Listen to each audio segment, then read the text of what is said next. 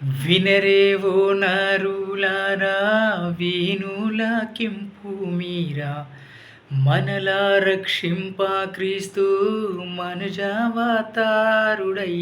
వినరే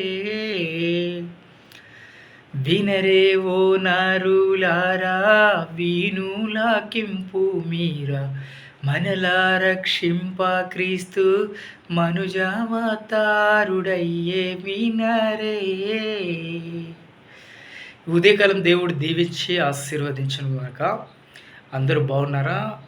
నా గురించి మీరు ప్రార్థన చేయండి, మీ గురించి నేను ప్రార్థన చేస్తాను. ఏకీభవించి దేవునిలో మనం ఉండాలని చెప్పేసి మనస్ఫూర్తిగా కోరుకుంటున్నాను. యోహాను అరణ్యంలో ఒక కేక వేయుచున్నాడు. ఏమని కేక వేయుచున్నాడు? పరలోక రాజ్యము సమీపించి ఉన్నది, మారు మనసు పొంది దేవునిలో ఉండాలని చెప్పేసి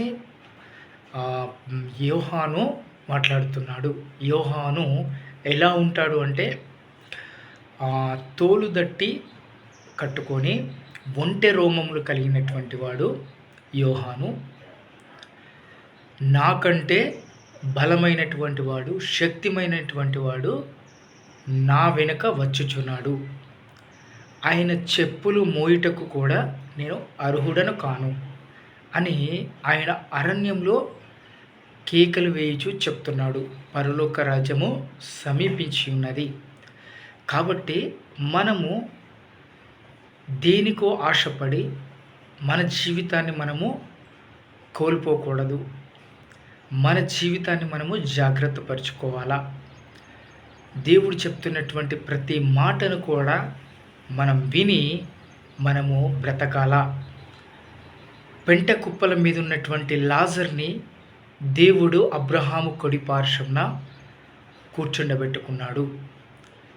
మరి ఆయనకు దోస్తులు ఎవరంటే కుక్కలు, పందులు, ఇంకా రకరకాలైనటువంటి మూగ జీవాలు ఆయన దోస్తులు.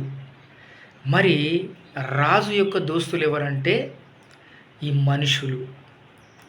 ఈ మనుషుల యొక్క తెలివి, రాజు దగ్గర డబ్బు ఉంది, ఆస్తి ఉంది, అంతస్తులు ఉన్నాయి, మేడలు ఉన్నాయి, మిథ్యలు ఉన్నాయి.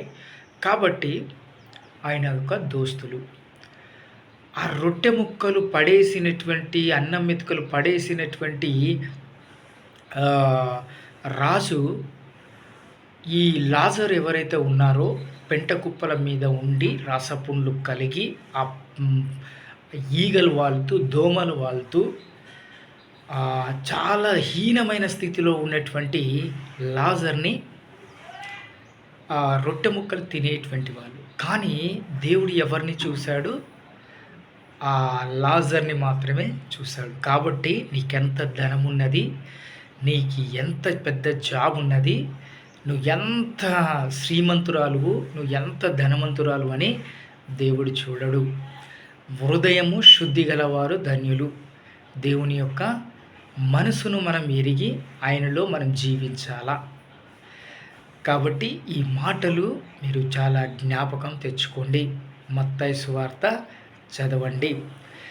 వినరేవో నరులారా వీణులకింపు మీరా మనలా రక్షింప క్రీస్తు మనుజావతారుడయ్యే వినరే.